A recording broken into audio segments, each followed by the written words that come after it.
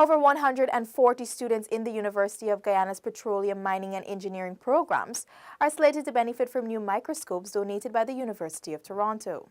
The 23 lights polarizing microscopes, valued in excess of $30 million, were gifted to the Faculty of Engineering and Technology at the university's Turkine campus.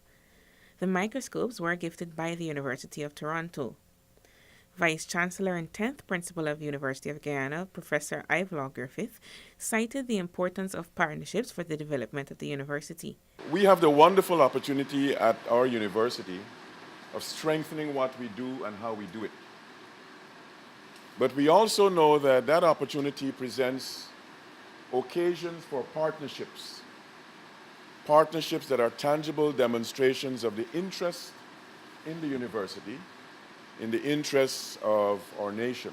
Head of the Department of Geology, Dr. Andrew Chater, noted the department's gratitude for the equipment. I think this is the way to go because we do need a microscope that we can use not for you guys, but this is good for the petroleum engineers, at least their geoscience is good for petroleum geoscientists when we come, and it's good for mining engineers. So it'll have a long-term use. It's a basic microscope that we can use in junior years. The state-of-the-art microscopes will allow for an improved standard of teaching and learning and will facilitate better training of students. From the University of Guyana's Faculty of Engineering and Technology, Letitia Isaacs for InfoHub.